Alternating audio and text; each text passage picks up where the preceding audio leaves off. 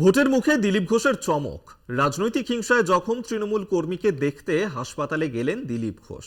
অসুস্থ তৃণমূল কর্মীর পাশে থাকার আশ্বাস বিজেপি প্রার্থীর, তবে স্বভাবসিদ্ধ ভঙ্গিতে শনিবারও তৃণমূলকে খোঁচা দিতে ছাড়েননি। উত্তরবঙ্গের ৩ কেন্দ্রে ভোট পর্ব মিটতেই তৃণমূলের বিজয় মিছিলকে নাটক বলে কটাক্ষ দিলীপের। কুকথার জন্য এদিন দুর্গাপুর আদালতে হাজিরাও দেন বিজেপি প্রার্থী। কুকথায় সবসময় শিরোনামে দিলীপ ঘোষ।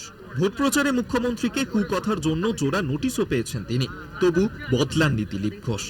দিলীপ ঘোষ রয়েছেন দিলীপ ঘোষেই। সেই কুকথার জন্য শনিবার দুর্গাপুর আদালতে হাজিরা দিলেন বর্ধমান দুর্গাপুরের বিজেপি প্রার্থী। 4 তারিখের পর দেখা যাবে কে শাস্তি পাচ্ছে। যার সঙ্গে তার পার্টির লোক নেই, সে ডায়লগ দিলে কে শুনবে। আমি যেখানে যাই প্রথম মামলা দিয়ে ওয়েলকাম করে আমাকে। এখানে আসার সঙ্গে মামলা হয়েছে, আসলে আমার নামে মামলা করে অনেকে বিখ্যাত হতে চায়, আমাকে আবার কোর্ট যেতে হয়। তবে ভোটের মুখে চমক দিলেন কুকথার শিরোমণি দিলীপ ঘোষ। ঈদের আগের রাতে গলসির মনোহর সুজাপুরে গোষ্ঠী কোন্দলে জখম তৃণমূল কর্মী স্বপন মল্লিককে দেখতে হাসপাতালে গেলেন দিলীপ ঘোষ। বিরোধী দলের জখম কর্মী ও তার পরিবারের পাশে থাকার আশ্বাসও দেন বিজেপি প্রার্থী। এই যে নৃশংস রাজনীতি, নৃশংস হিংসা, তার প্রতিবাদ আমরা বারবার করে এসেছি। তার জীবন্ত প্রমাণ হচ্ছে স্বপন। ভগবানের ইচ্ছে বেঁচে গেছে, বেচারা রোজা শেষ করতে পারেনি, ঈদ করতে পারেনি, হসপিটালে ভর্তি হতে হবে। যারা ওদের নিয়ে রাজনীতি করছে মুসলমানদের, তারা কেউ দেখতে আসেনি, বরং ধমকাচ্ছে, কাউকে বলা চলবে না। আমি খবর পেলাম, আমি দেখতে এসেছিলাম। এদিন দিলীপ ঘোষের সামনে ঘাসফুল শিবিরের গোষ্ঠীদ্বন্দ্বের বিষয়ে মুখ খোলেন জখম তৃণমূল কর্মী স্ত্রী। ওরা কারা মেরেছে? দুষ্কৃতীতে মেরেছে আমাদের গ্রামের লোকই। তারা কি কোন দল করে? রাজনৈতিক করে। কোন দল করে তারা? ওরা ওই গোষ্ঠীদ্বন্দ্ব। কোন দল করে? ওই তৃণমূলই করে ওরা। তৃণমূল করে। পার্থ আর এমএলএ আমাদের করে এই যে জাকির জনার্দনের দল।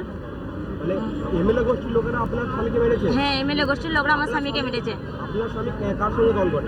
আমার স্বামী এমএলএর সাথে করে না, ওই জাকির জনার্দন ওদের সাথে দল করে। ব্লক সভাপতি? হ্যাঁ, ব্লক সভাপতির সাথে দল করে।